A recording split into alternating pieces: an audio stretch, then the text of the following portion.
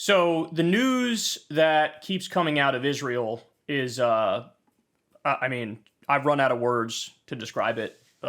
The depths of depravity and barbarism are just absolutely off the charts. I mean, you all know there's been a genocide going on there for a long time now. And Trump has basically put it in overdrive and given Netanyahu the green light to finish the job. And they're going to take Gaza. They're going to fully take Gaza. Remember, Trump said, the U.S. is going to own Gaza. We're going to take it. Trump said that, but really Netanyahu is going to end up taking it over. There's also effectively a green light to take the West Bank as well. So we are witnessing just a modern-day genocide and ethnic cleansing. And there really is no subtlety around it. There really is no veneer of seriousness or concern for international law. What people say is true, that if you go on Twitter and you click translate on any Israeli government official's statement, it just sounds like it's a passage straight out of Mein Kampf talking about Palestinians. So that's the backdrop for what's going on here.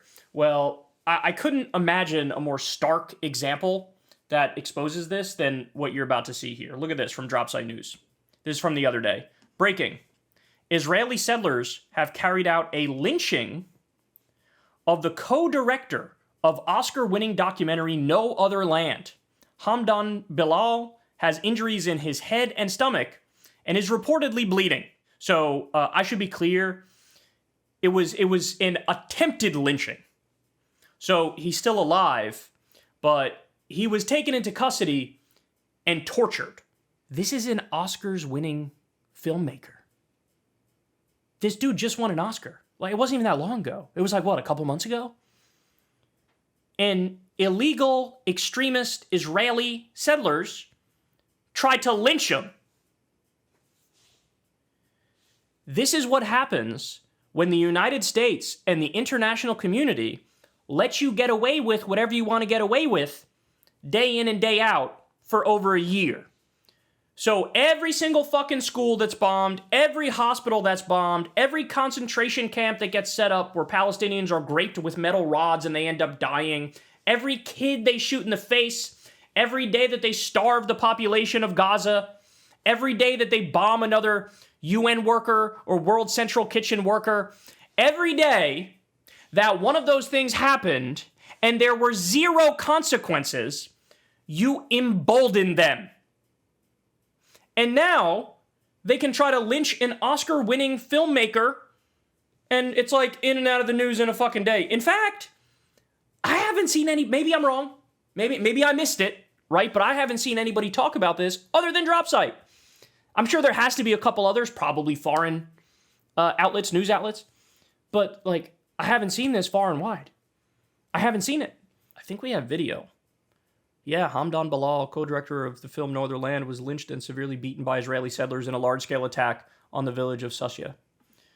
Settlers raided homes, hurled stones, and smashed windows and vehicles, and violently assaulted residents and solidarity activists. Several people were injured. When the ambulance arrived for Hamdan, Israeli soldiers stormed it and took him. There has been no sign of him since. Now, I'll give you an update in a second. There has been since this came out, but here, let's see what we got in the videos. Get in the car. Oi, oi, oi, oi. Get in. I'm in. Go. Oh my god. Sounds like they're shooting at them. Oh my god. Well, good thing this window's working. Hey, no. Okay. So you can't see much in the videos, but what's happening is pretty fucking clear. All right, more. Update. The lawyer for Hamdan Bilal, the co-director of No Other Land, says he was handcuffed and blindfolded all night at an army base after the assault, where two soldiers beat him on the floor. He's still being held at a police station. Jesus Christ. Now, eventually, I think he was released. Yeah, Hamdan Bilal is free and is about to go home to his family. But look, I gotta be honest. I'm surprised they didn't kill him. I'm surprised they didn't murder him. Because what would have happened? If he got murdered, what would have happened? What would have happened? If he was murdered, what would the reaction have been?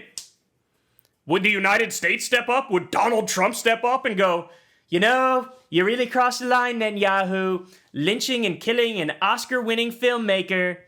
you really did it this time, so I got to cut off the money. I got to cut off the weapons. We're no longer stealing Gaza. We're no longer taking the West Bank. There would have been zero consequences from the U.S., right? The international community would have been outraged, but what would they have done about it? I mean, it's possible, I guess, that the rest of the world would have come together and said, all of us are cutting off all trade with Israel, but that already should have happened fucking like months ago or a year ago now, right? And they haven't done it. So what would have happened? What would have happened, right? There are zero consequences for these people. Nobody is safe. If you speak up against the genocidal, bloodthirsty Israeli warmongering freaks, what happened? They could fucking disappear you, they could torture you, they can kill you, they could keep you as a hostage from now until forever, and nothing fucking happens. So in a sense, he should be happy that, I guess, the extremist illegal Israeli settlers are slightly less insane than the IDF. And the IDF is the official military, right? Jesus Christ, man. Oscar-winning filmmaker. And by the way, I haven't seen No Other Land, but it was made by an Israeli and a Palestinian, and it's all about, Palestinian liberation and things of that nature, but, like, it's not the most radical thing in the world. It's like a basic pro-peace message. It's not even like, the most radical thing you could think of. I think liberal Zionists were involved in it, right? And so even that, to these people, crosses a line. Look, I can never get this poll out of my mind. But when we were already like months into the genocide, they asked the Israeli public, and only 4% said the IDF had gone too far. This was post hospitals being bombed and schools being bombed and 2.3 million people being starved and no food, fuel, water, electricity, no medicine being allowed in, people having legs and arms amputated with no anesthesia. This is after that. After that. And it was only 4%, so this goes too far. They've lost their fucking minds. It's a country that has lost its mind. And this is further evidence you're going to attempt to lynch and torture an Oscar-winning filmmaker. Now, unfortunately, I'm not done. I brought up Gaza. Dropsite says, breaking, Israel preparing plans to conquer, occupy, and administer all of Gaza. New reporting by Financial Times and Haaretz. By the way, Haaretz, which is an Israeli paper, has done way more hard-hitting reporting and tells the truth way more often than CNN does in this country. Or New York Times or the Washington Post, who always find a way to semi-launder the Israeli government perspective, which is just outright genocidal. Haaretz has done a better job holding Israel accountable than U.S. outlets. That's pathetic. Israel is considering a full-scale occupation of Gaza. Until now, Israeli military has conducted high-intensity combat followed by temporary withdrawals. The new plan includes deploying up to 5 combat divisions, around 50,000 troops, to reinvade and conquer wide swaths of Gaza, prolonged military governance, and the forced relocation and confinement of all of Gaza's population to the Mawasi, so-called designated humanitarian zone. By the way, they've bombed all the previously designated humanitarian zones. They bombed fucking tents with people sleeping in them. The proposal has yet to be approved by Israel's security cabinet. It was formulated by the new Israeli military chief of staff with the unofficial support of far-right ministers, according to several individuals who were briefed on the plans, Financial Times writes. Yeah, I don't know. Seems like a big deal. Should probably be talked about more widely, no? So there's a hero journalist for Dropsite News, Hassam Shabbat. And he was murdered by the genocidal IDF thugs. Ryan Grimm, who, of course, Dropsite is his baby. It's an outlet he co-founded.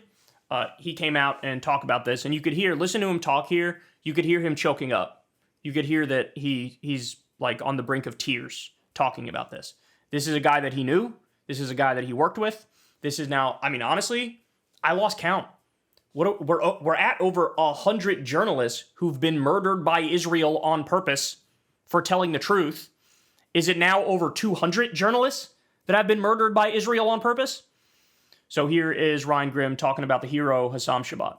The Israeli military killed 2 journalists yesterday in what were both deliberate targeted strikes. One, Mahmoud Mansour, was killed with his family in his home. The other, Hassam Shabbat, was killed while driving in his car. Hassam Shabbat was a contributor for Dropsite. he had been in communication with Sharif Abdel Qaddous, his editor at Dropsite, within just hours of having been assassinated, going over edits for his latest story, which we published yesterday afternoon. We can put this up on the screen, and we'll have Sharif on the program tomorrow to talk more about Hossam's life and death. Hossam is from northern Gaza and was only 23 when he was assassinated. If you remember, northern Gaza suffered the worst of the genocidal assault by Israel throughout the war. It was the first place where people were displaced down to the south, and Shabbat was one of the very few journalists who both refused to leave and refused until yesterday to die so that he could bear witness to the ongoing assault on his people there. And we can put up this element. There's been a lot of images that have been going around of Hossam. This is the moment when the ceasefire was finally implemented back in January, the feeling of euphoria to have survived this genocidal assault. Here is another video that's been going around, which is a young girl stops him because he had become a true hero to so many throughout Gaza for his relentless willingness to run toward the fire, to report what was going on. And so here's this young girl who's telling him that she had heard that he had been martyred. And it was devastating to her that hope had drained from her when she had heard that rumor, because there would be a lot of rumors that he had been killed because he was put on a literal hit list by the IDF before he was finally assassinated. And so when she saw him in person, to realize that he was still there, still steadfast, still reporting, she was telling him it was giving her hope that she could pursue her dream of becoming a journalist, so she could speak the truth. And underneath it all is this poignant belief that if the world only understood what was happening in Gaza, that the world, whatever the world is, that the world would step in. That there's no way that we live on a planet that would allow this to happen. That the only explanation, the only way that you can rationalize the decency of humanity is that people just don't know. And so therefore you go out and you risk your life to make sure that people know. And then people will step in and say, this is wrong. This has to stop. I think a lot of people, Hossam, I think towards the end, have come to the conclusion that may not be true. That the world does know. In your discussion. And nobody's going to stop it. Man, that is absolutely, positively heartbreaking. That is heartbreaking to hear. And it's a hard conclusion to avoid, if we're being honest. I mean, how many stories have to come out? How many schools have to be bombed? How many hospitals have to be bombed? How many concentration camps have to be set up? How many Palestinian hostages have to be raped with a metal rod to death? How many children need to be shot in the head, as was reported even by Western outlets? They are purposely targeting civilians. They are purposely killing innocent men, women, and children. And that's the point. Netanyahu came out and literally quoted Amalek from the Bible, right? And said, you even go after their animals, even go after the kids and the women. They are open about it. And to Ryan's point, what does it say about humanity that we know that, we've seen it, and the U.S. is still backing Israel to the hilt? What does it say that the international community, even though the international community has said many of the right things on this, condemned the things that are condemnable, but they haven't fully and completely and utterly isolated Israel in an apartheid South Africa type way, right? Just boycotts, divestments, and sanctions. It could have been done. It could have been done a long time ago, and they're still being treated like a serious country that gives a shit about international law, that cares about humanity. They don't. They don't. It's evil and psychotic. It's an unavoidable conclusion at this point. Now, by the way, I also have to share this with you. Netanyahu believes confrontation with Turkey in Syria is inevitable. So understand what's happening here. As you all know, since the fall of Assad's government in Syria, you have these, let's be honest and call it what it is, this extremist faction that has taken over the government there, right? I mean, the guy who is now the de facto leader of Syria is a former jihadist, right? He was in Al-Qaeda. Now he's tried to rebrand and say, me, bro? I'm like totally moderate now, bro. okay. That's not like a little thing, right? Like, yeah, I was able to overcome my being in Al-Qaeda. Like, that's not a thing, right? But anyway, so this guy takes over Syria. Assad's government falls. Israel looks at that and immediately goes, we have an opportunity here. Why? Because Israel wants to create a greater Israel. That's why they want Gaza. That's why they want the West Bank. That's why they're bombing Lebanon relentlessly. They also want parts of Lebanon. And what they realized is, the Assad government fell, the country's weak, we could just waltz right in and take southern Syria all the way up to Damascus. And so they went in there, they bombed. Within the first few days of Assad being toppled, Israel goes in there and starts bombing all throughout southern Syria, says, oh, the buffer zone that we set up in the Golan Heights, it's expanding. It's way bigger now. You're not allowed over here. Taking more territory. That was a test to see how much can we get away with. And then basically they took southern Syria all the way up to Damascus. And Israel is effectively going to try to claim this for themselves and build settlements there. They want a greater Israel. They're trying to bring about a greater Israel. There's no doubt about it. So if you're the government in Syria, right, what do? You don't have the backing, you don't have the money, you don't have the weapons to try to defend Israel from taking your territory. What do? You can't go to Russia. You can't go to China because Russia was allied with Bashar al-Assad, right? And you just toppled Assad. So what they do is, oh, let's go to our Sunni brothers and sisters in Turkey. Let's go to Erdogan, who himself is a religious fundamentalist, right? And they go and hey, Erdogan, Israel's taken more and more of our land. Not only is it a threat to us, but, our country borders yours. Turkey. You want Israel up against your border? Would you feel safe with those psychotic maniacs on your border? No, right? And so it looks like there's some sort of a security deal in the works where Turkey says, we will protect, parts of southern Syria, whatever areas you guys are unable to protect because you don't have the money, you don't have the weapons, you don't have the ability. Erdogan will become more involved in Turkey and hold parts of Turkey, right? And they would rather have Erdogan do it than Netanyahu hold parts of Turkey. And so Netanyahu comes out and he says, what are you doing in Syria? Get the fuck out of Syria, Erdogan. That's not your country. Get the fuck out of there. And Erdogan's like, that ain't your country either, bitch. And at least I talk to the government and have some sort of deal with the government going on. You don't have shit. You're just stealing more territory. And so Netanyahu comes out and says, confrontation with Turkey is inevitable. In other words, while we're bombing Lebanon, while we're bombing Gaza, while we're bombing we're going to start taking land in the West Bank, while we have wars all around us, Netanyahu's like, well, yeah, fuck it. We'll fight Turkey too. You absolute jackass. Turkey is, dealing with Hezbollah and Hamas is fucking small potatoes compared to dealing with Turkey. Turkey's a giant country. And somebody pointed this out on Twitter. I think it was Ryan Grimm pointed this out on Twitter.